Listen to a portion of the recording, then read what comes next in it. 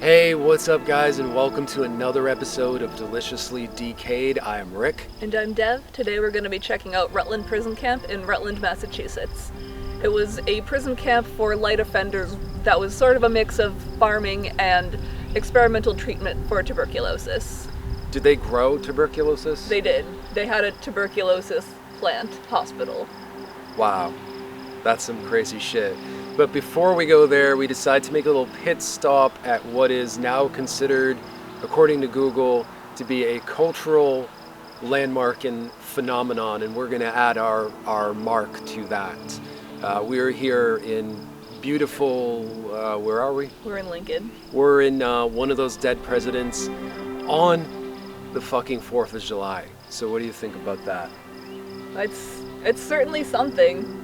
But at least the lambs have stopped screaming. Silence of the lambs. They're silent now. Happy birthday, America. Let's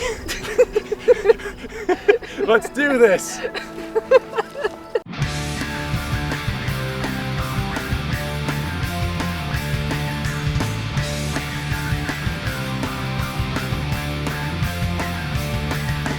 Hockomock Swamp to Dighton Rock and everything in between.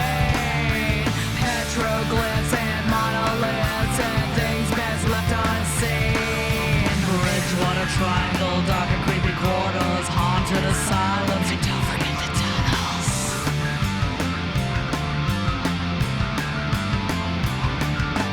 New England and beyond, only for the unafraid. Take a dog journey down an untraveled path that's deliciously decayed. Deliciously decayed.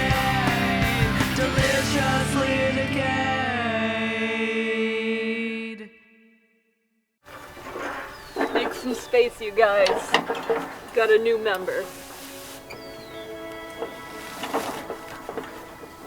Welcome to the herd. So no one really knows exactly why Ponyhenge started, but the horses sort of started showing up around 2010. They think maybe it was possible that they were either left over from a child's lemonade stand or maybe from a Christmas display sometime around 2010, but no one really actually knows.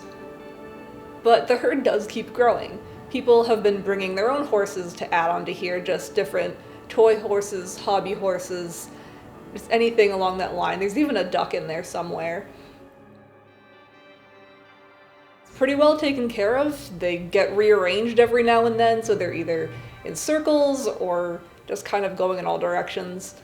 But either way, it's a lot of fun to check out. It's on somebody's private property, but they decided to let everyone come and see it anyway, so apparently that's encouraged. But that's not why we're here.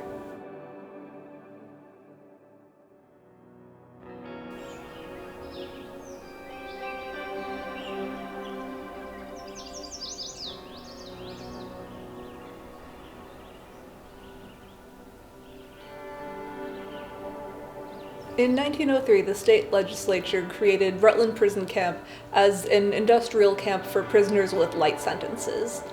The idea was that they wanted to create a system where they were improving and working the rural land while keeping the prisoners busy and productive. About 4 years later, they also added in a 30-bed tuberculosis hospital. What they had intended for that was that since there was a lot of trouble with tuberculosis at the time, they wanted to try to move prisoners with tuberculosis out of other prisons and to here as a sort of experiment on how to treat it. They wanted to know how healthy eating and sun, fresh air, and farm work affected healing from this disease. Unfortunately, it ended up being only 41 of the 100 prisoners there actually survived. So most of the offenders at Rutland were minor ones. They were essentially drunks and miscreants. They'd probably fit in just fine around the city of Worcester these days, like everybody else. But anyways, they were allowed to farm the land and grow chicken and cattle. They sold milk to the city of Worcester, And if you're thinking about getting into the milk game, they made $16,000 a year, and I don't know what we're doing making YouTube videos, because that is a lot more solid. So the prison camp and the hospital were kept going until 1934, when they realized that they just had to abandon it. It was built on a drainage ditch, so there really wasn't a whole lot they could do functionally. So they sold it off to the Water Commission, and really just sort of left it until 2020, when the Department of Conservation and Recreation decided, why don't we just demolish this, because of reasons that don't actually make any sense, but we'll get into in a bit. In 2020, nobody had anything better to do, and the DCR decided, because of alleged injuries and hate graffiti, that they wanted to demo the Rutland Prison Camp remains. This upset the townspeople of Rutland and fellow historians and people into history. There were several town meetings right away. And thankfully, due to their efforts, they proved that there was no ambulances called out to the park. And the hate graffiti was extremely easy to paint over. In fact, there's probably more graffiti over it already. So with that being said, things are looking up that the camp is still going to be there to check out.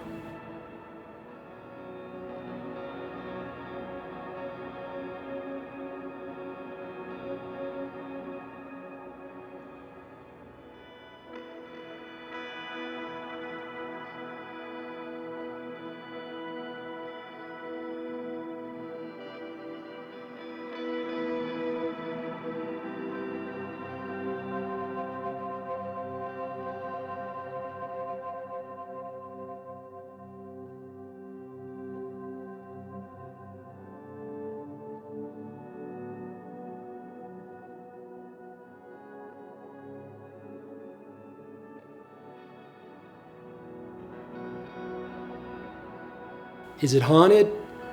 Yeah, I'm gonna go a hard yes on this one. So we're gonna take you to the root cellar. When I walked in, I had a compulsion to go to the back wall. When I got there, it looked like somebody had already taken a hammer or sledgehammer or something and tried to smash through it. And before any of this could even sink in, two dogs came rushing in. One was crazy, and it was like yipping and scared me and like going in circles. And the other one was showing its teeth and growling and edging towards me. Eventually the owner did come in. I'm like, yo, dude, get these things under control here. And he did, and then he just awkwardly left. But they were looking and barking and growling exactly where I had previously been looking. I thought it was one of the more bizarre things that we've seen since we started doing this. I wasn't creeped out as much as it was just purely a what the fuck scenario. So we did return to the root cellar, and we got a little bit of footage for you. So we're in the root cellar, and I couldn't find too much information online about its haunting, but I do kind of have my own story. What I did find was something to do with the prison owner's wife and a botched autopsy. No idea if that's true or whatever. So with that being said, there's definitely a feel in here. And we brought our little mascot with us to see if we could attract any spirits. Are those LED candles? Well, yeah, they're LED candles. We don't really want this thing to become a conduit for some kind of dark entity, do we? Yeah, that is true. It'd be a really awkward drive home.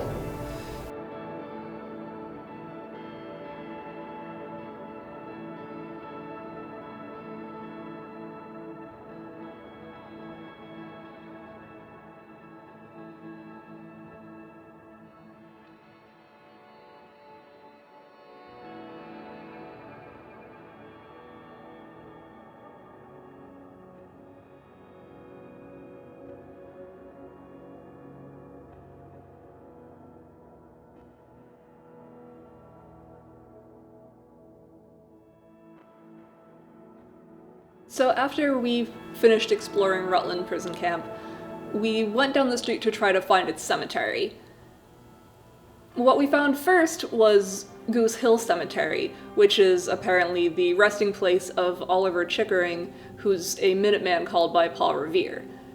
But that was not quite relevant to what we were looking for. What it turned out to be was that we had to go down this little overgrown path behind Goose Hill Cemetery, and that would bring us to a other small overgrown area full of wooden crosses. Initially they were iron crosses, but people came and stole them all, and even robbed a couple of graves, so fuck you, grave robbers. But then in 1995, the Boy Scouts came and put these wooden crosses that are still there right now. They're still not marked, but it's better than nothing.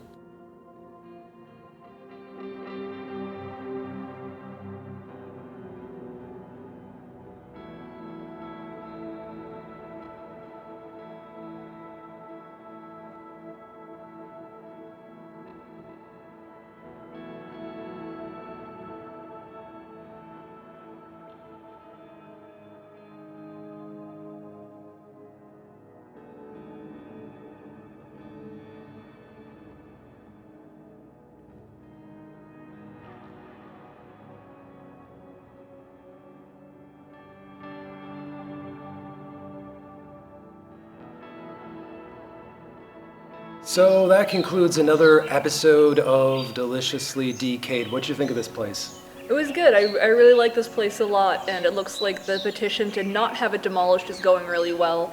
The decision hasn't been officially overturned yet. Hopefully it will be by the time this video is out, but it's looking good so far. Yeah, and I like the surrounding areas a lot. You can go hiking, you can get haunted by angry spirits. There's a lot going on here, so that's kind of cool. Yeah, this one, it was here both times we were here. This is true. So remember guys, give us that like, smash that sub. I am Rick. And I'm Dev.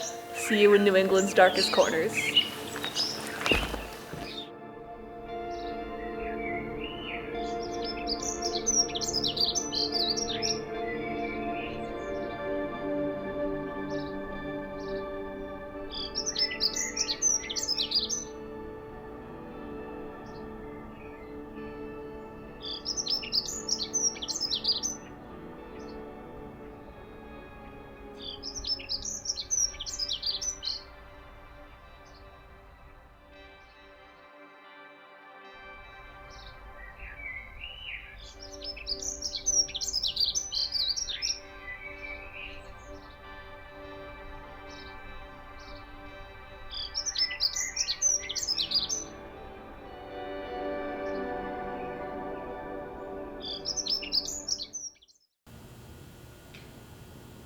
What's a tuberculosis plant? That's a good question.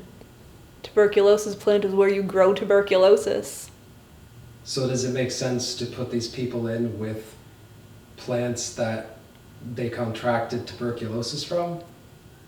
They were the plants. So you're saying that these plants, if you want to create a 2020 analogy, that these plants were like 5G? I guess all the assholes are returning home from the bars and strip clubs, huh? Must be. So most of the offenders at Rutland were minor ones. They were drunks and miscreants, and they'd probably fit in just fine in 2021 and around Worcester, where they were. I doubt they'd be sent to prison for being a bunch of degenerates now, huh? I'm gonna start that again. She started to laugh. We keep it rolling.